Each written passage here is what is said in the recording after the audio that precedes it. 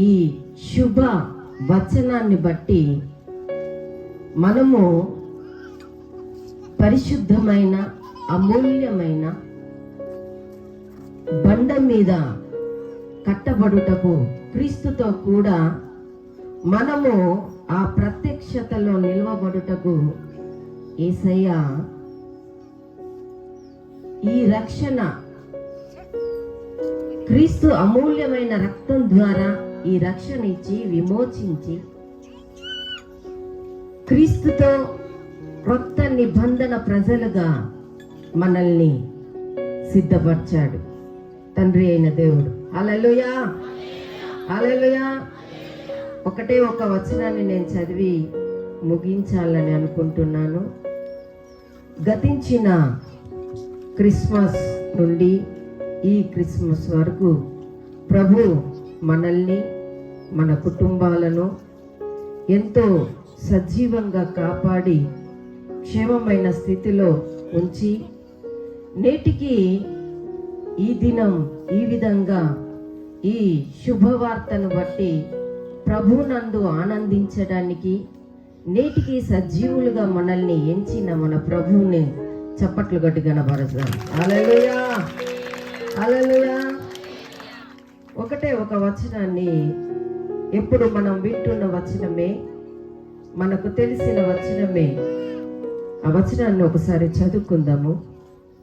మత్తయి సువార్త 2వ అధ్యాయము 1-2 వచనాలు. రాజైన హేరోదు దినములయందు యూదా దేశపు బెత్లెహేములో యేసు పుట్టిన పిమ్మట ఇదిగో తూర్పు దేశపు జ్ఞానులు యెరూషలేమునకు వచ్చి యూదుల రాజుగా పుట్టిన వాడెక్కడనున్నాడు, తూర్పు దిక్కున మేము ఆయన నక్షత్రమును చూచి ఆయనను పూజింపవచ్చి తిరుమని చెప్పిరి. హల్లెలూయా. నక్షత్రము యేసయ్య జన్మించగానే ఆకాశములో జ్ఞానులు నక్షత్రాన్ని చూశారు. యేసయ్య పుట్టుక గురించేమో గొల్లలకు దూత శుభవర్తమానాన్ని తీసుకొని వారికి తెలియజేసింది. హల్లెలూయా, హల్లెలూయా. ఈ నక్షత్రాలు మనము రాత్రిపూట ఆకాశములో సూర్య చంద్ర నక్షత్రాలతో కూడిన ఆ చీకటిలో వెలిగే నక్షత్రాలని మనము అనుకుంటే అది పొరపాటే. హల్లెలూయా. కొన్నిసార్లు మనము వేసవి కాలంలో అప్పుడు బాగా ఎండ వేడిగా ఉంటుంది కనుక చాలా వరకు బయట నిద్రించడానికి రాత్రిపూట ఇష్టపడతాం. అప్పుడు ఆకాశం వైపు మన కనులెత్తి చూసినప్పుడు కొన్ని నక్షత్రాలు ప్రయాణం చేస్తూ ఉంటాయి, కొన్ని ఉల్కలు రాలుతూ ఉంటాయి. హల్లెలూయా, హల్లెలూయా. నక్షత్రాలకు భాష ఉంటుందా? నక్షత్రాలు మాట్లాడగలవా? నక్షత్రాలు త్రోవను చూపెట్టగలవా?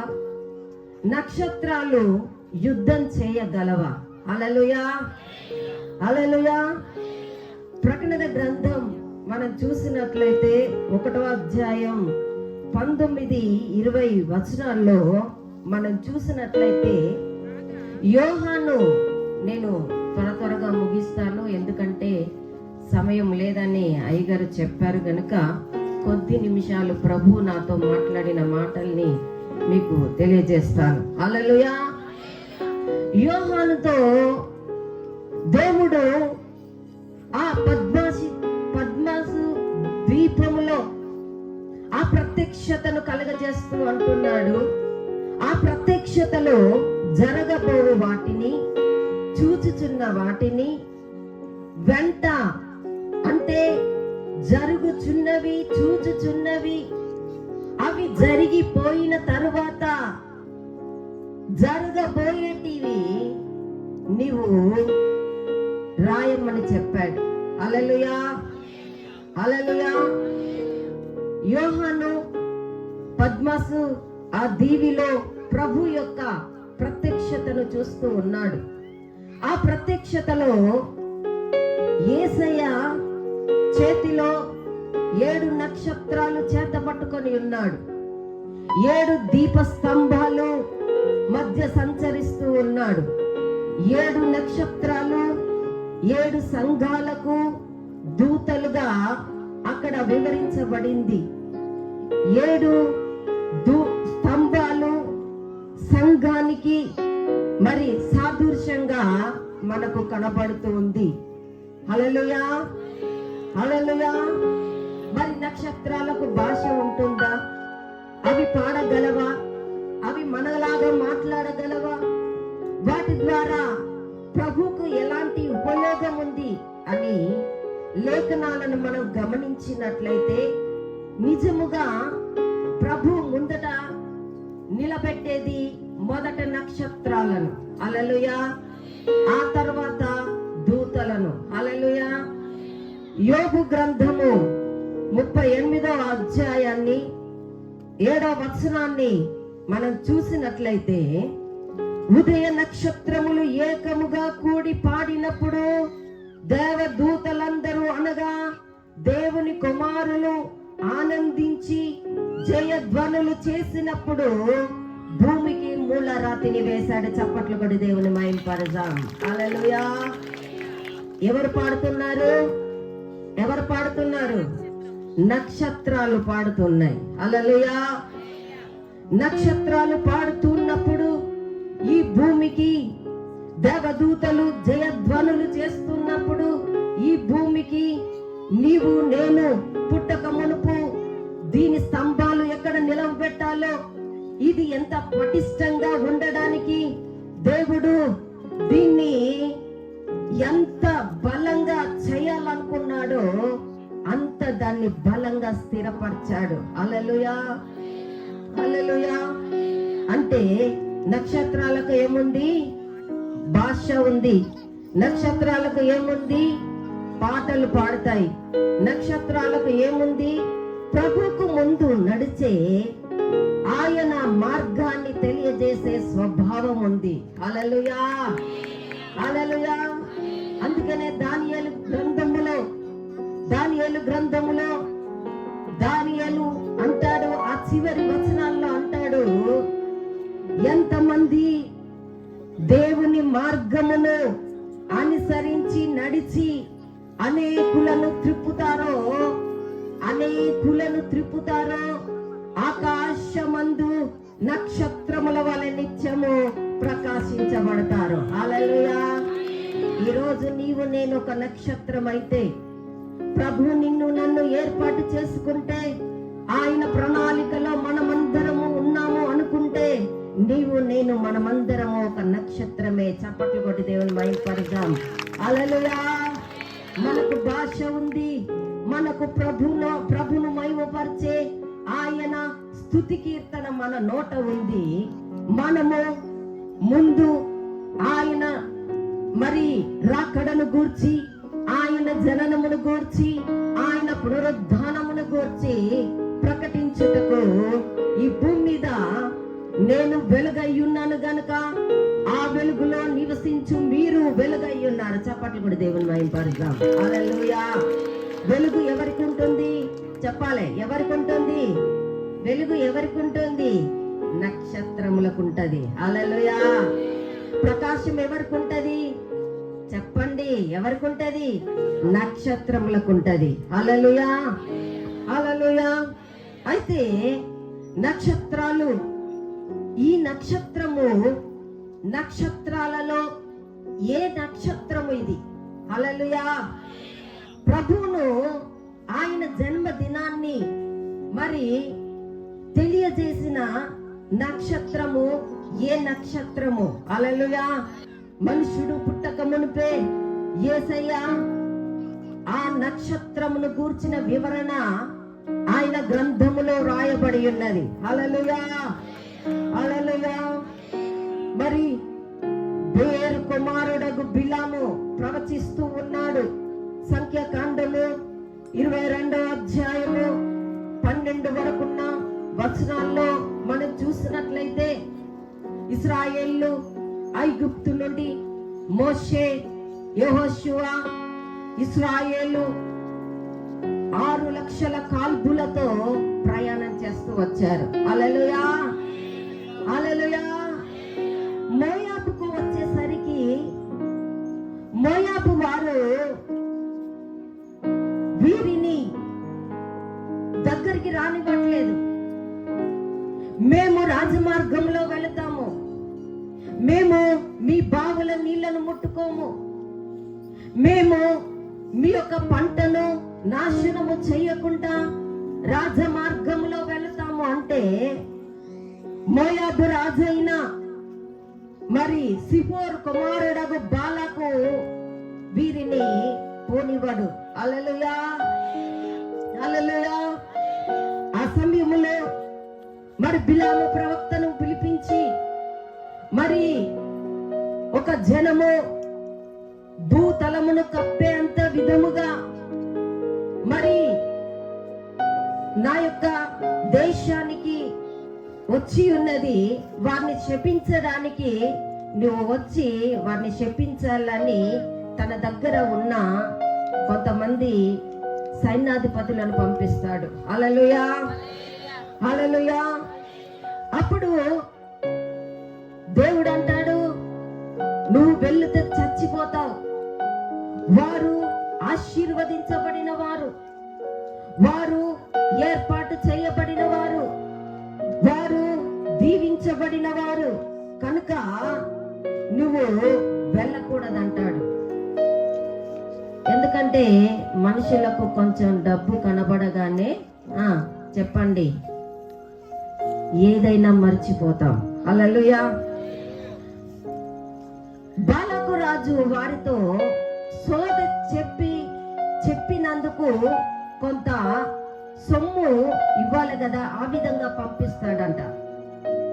దాన్ని చూడగానే బిలాముకు ఆశ కలుగుతుంది. మనం చూసినట్లయితే యూదా పత్రిక 1వ అధ్యాయము 11వ వచనాన్ని మనం చదువుతాము. అయ్యో వారికి శ్రమ, వారు కయ్యూని నడిచిన మార్గములో నడిచిరి, బహుమానం పొందవలనని బాలాము నడిచిన త్రోవలో ఆతురముగా పరుగెత్తిరి. హల్లెలూయా, హల్లెలూయా. అంటే తీసుకున్నాడా లేదా? తీసుకుంటేనే మీరు ఉండండి, నేను దేవుని యొద్ద విచారణ చేస్తాను అని మరి వారిని ఉంచుకొని దేవునితో మాట్లాడుతున్నాడు. మనిషిని అంతరంగాన్ని చూసే దేవుడు మన దేవుడు. హల్లెలూయా. బిలాములో ఉన్న ఆ యొక్క చెడు ఆశ, ఆ ధనాపేక్షను దేవుడు చూసి దేవుడు అన్నాడు, నువ్వు పోతేవి గాని నువ్వు వారిని శపించకూడదు అన్నాడు. హల్లెలూయా, హల్లెలూయా. కాబట్టి అక్కడికి వెళ్ళిన తర్వాత బిలాము మాట రావట్లేదు. దేవుడేమన్నాడు? జాగ్రత్త. హల్లెలూయా. అధికారంలో ఉన్నామని, ఒక ప్రత్యేకమైన వారమని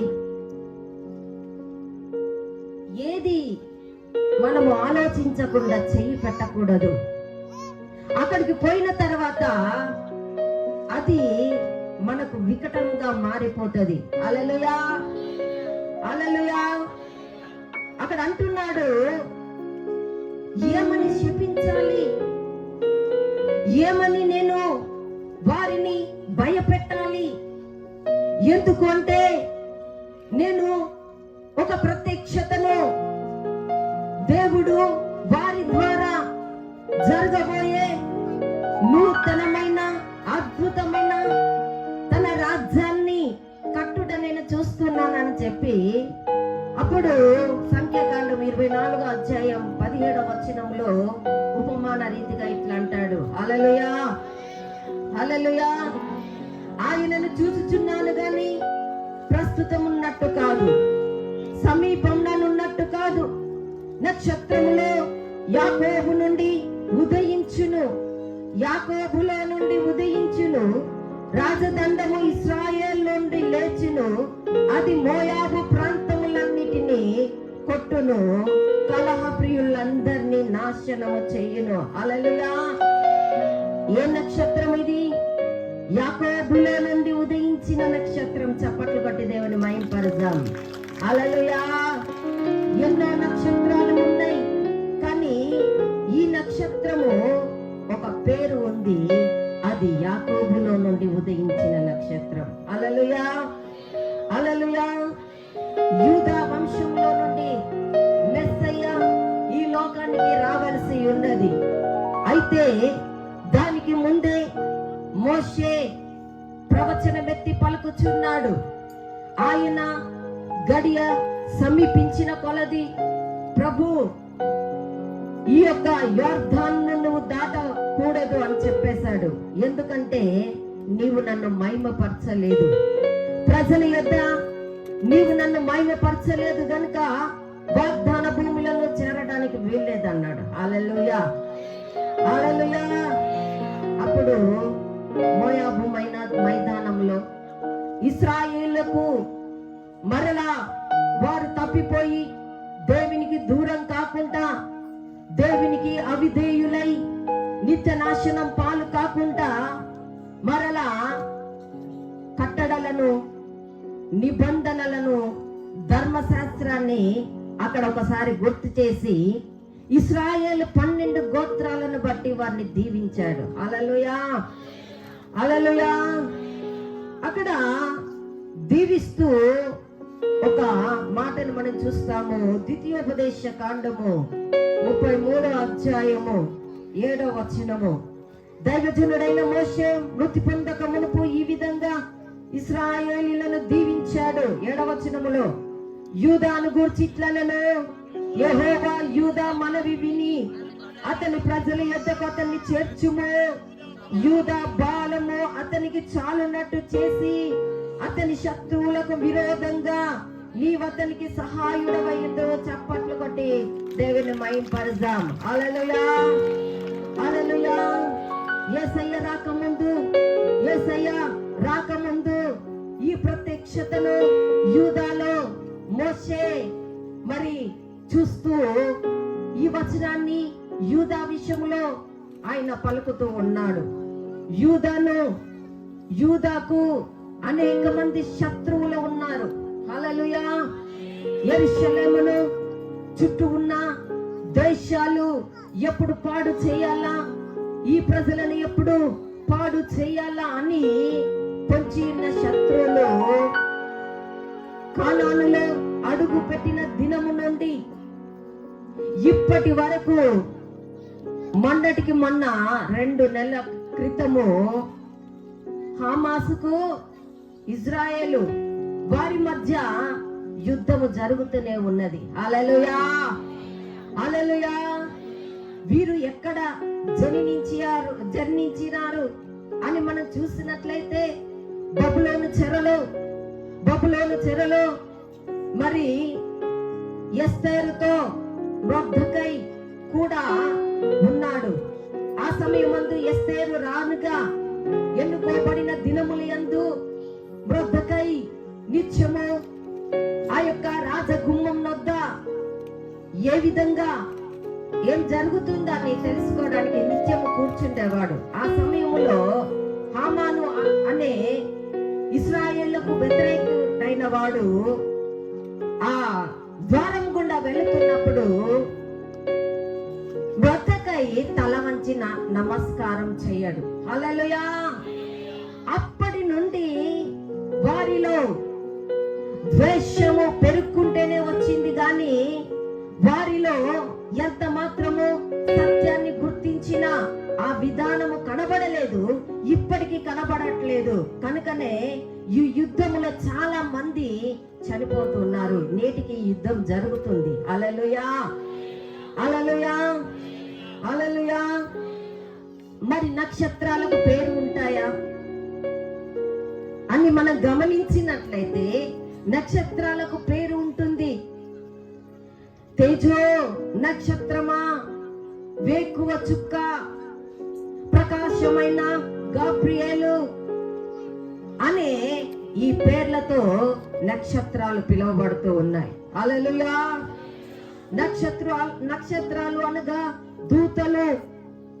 దానియేలు రాబోయే అంత్య దినములను గూర్చి ఆయన దర్శనాన్ని చూస్తున్నప్పుడు ప్రకాశమానమైన గాబ్రియేలు తన యొక్క దర్శనంలోనికి వచ్చినప్పుడు దానియేలు సొగసు లేనివాడుగా, వికారముగా, తన బలము పోయినట్టుగా క్రింద పడిపోతే అప్పుడు గాబ్రియేలు వచ్చి తన భుజము తట్టి, నేను నీ వంటి మనుషుడనే, నీవు లేచి నిలబడు, రాబోయే సంగతులను ప్రభు నీకు తెలియజేయడానికి నన్ను నీ దగ్గరికి పంపించాడు అని చెప్తాడు. హల్లెలూయా, హల్లెలూయా. ప్రభు యొక్క దూత ఆయన జననము నుండి ఆయన మరణం వరకు ఈ దూత ఆయన ఆరోహణమై మరి పోయే వరకు ఆ యొక్క